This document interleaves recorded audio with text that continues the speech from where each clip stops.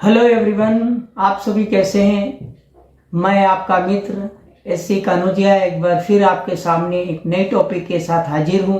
लड़कियाँ अपने पिता की ऐसी कौन सी प्रॉपर्टी में हिस्सा ले सकती हैं और ऐसी कौन सी प्रॉपर्टी में हिस्सा नहीं ले सकती हैं। तो ये एक नई टॉपिक है। जैसे कि आप जानते हैं, सदियों से लड़कियों के ऊपर, औरतों के ऊपर अत्याचार होते रहे हैं, चाहे वो पिता के घर पे हो या फिर ससुराल में हो। यदि ससुराल में है तो सास ससुर, वहाँ के जो अदर फैमिली मेंबर्स हैं, वो लोग उस औरत पे अत्याचार करते थे और करते रहे हैं। दोस्तों, इन्हीं सारी चीज़ों को देखते हुए भारत सरकार ने 2005 में भारतीय हिंदू उत्तराधिकार अधिनियम में संशोधन किया और वो संशोधन के मुताबिक लड़कियों को, औरतों को उनकी पिता की प्रॉपर्टी में भाई के बराबर का हिस्सा देने का प्रावधान बनाया गया। दोस्तों, फिर भी इसके पर बहुत विवाद होते रहे हैं। कोई ऐसा विवाद होते रहा है, कोई कहता है कि बराबर का हिस्सा मिलना चाहिए, कोई कहता है कि बराबर का हिस्सा मिलना भी नहीं चाहिए।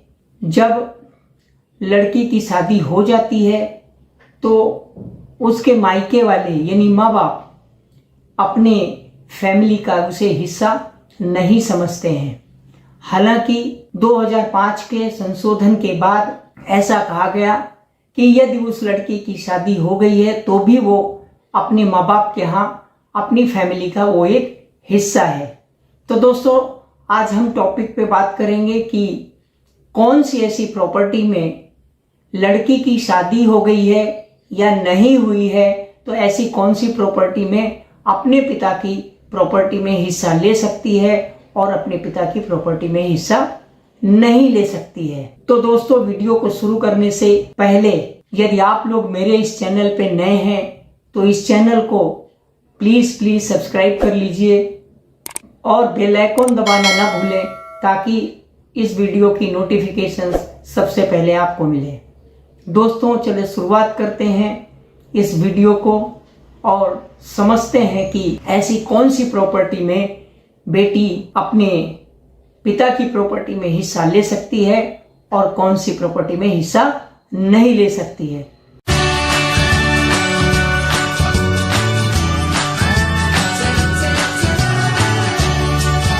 दोस्तों,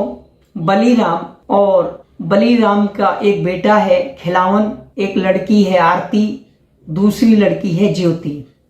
बलीराम ने खुद अपने पैसों से संपत्ति कमाई है और वह संपत्ति यदि बलीराम अपने बेटे के नाम करना चाहते हैं तो जो दो लड़कियां हैं वो उसमें ऑब्जेक्शन नहीं उठा सकती हैं, क्योंकि बलीराम की वो खुद की कमाई हुई संपत्ति है। तो दोस्तों, यदि बलीराम खिलावन को ना दे करके ये जो दो लड़कियां हैं, जैसे कि ये आरती और ज्योति, इन दोनों लड़कियों को वो अपनी खुद की कमाई हुई प्रॉपर्टी देना चाहते हैं, तो यहाँ खिलावन भी कोई ऑब्जेक्शन नहीं उठा सकते हैं पिता के खिलाफ कि आप ये प्रॉपर्टी अपनी ये दो लड़कियों को नहीं देंगे, क्योंकि ये जो बलीराम है वो अपनी स्वयं इच्छा से अपनी ये दो लड़कियों को प्रॉपर्टी देना चाहते हैं। दोस्तों, यदि बलीराम यहाँ ये चाहे उनकी खुद की कमाई हुई प्रॉपर्टी संपत्ति वो दान में भी दे सकते हैं, ना कि खिलावन अपने लड़के ना इन दोनों लड़कियों को दें। तो यहाँ पे ये तीनों लोग भी उनके खिलाफ ऑब्जेक्शन नहीं उठा सकते हैं।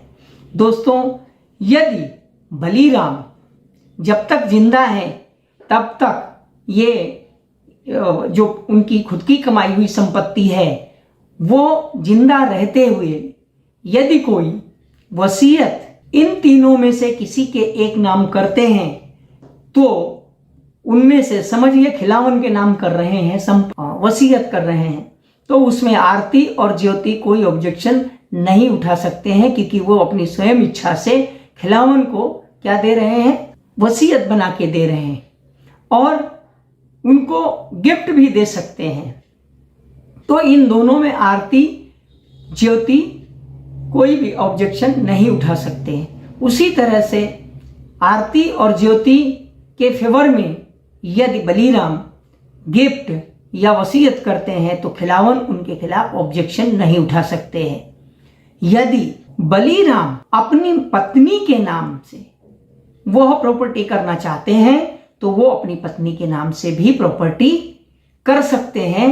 तो उनमें उनका लड़का खिलावन, आरती और ज्योति ये कोई भी ऑब्जेक्शन नहीं उठा सकते।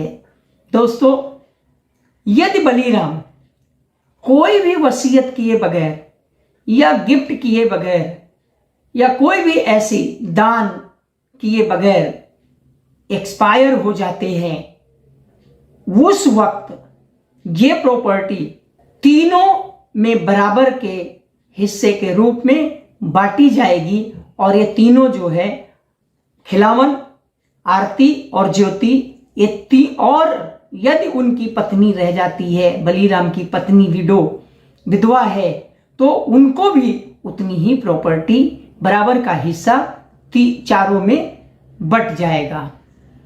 तो ऐसे में जो लड़की है, यदि बलीराम की खुद की कमाई हुई संपत्ति है और बलीराम बगैर कोई डॉक्यूमेंट बनाए हुए, बगैर कोई गिफ्ट किए हुए यदि एक्सपायर हो जाते हैं, तो खिलावन या बलीराम की पत्नी या कोई भी इनका फैमिली का मेंबर बगैर आरती और ज्योति के सहमति से वो प्रॉपर्टी बेच या अपने नाम नहीं कर सकते हैं। यदि वो कर लेते हैं तो आरती और ज्योति उनके खिलाफ चीटिंग का, फॉर्जरी का केस कर सकती हैं, क्योंकि ये प्रॉपर्टी बलीराम के द्वारा कमाई गई थी और वो बगैर कोई डॉक्यूमेंट बनाए हुए एक्सपायर हो गए।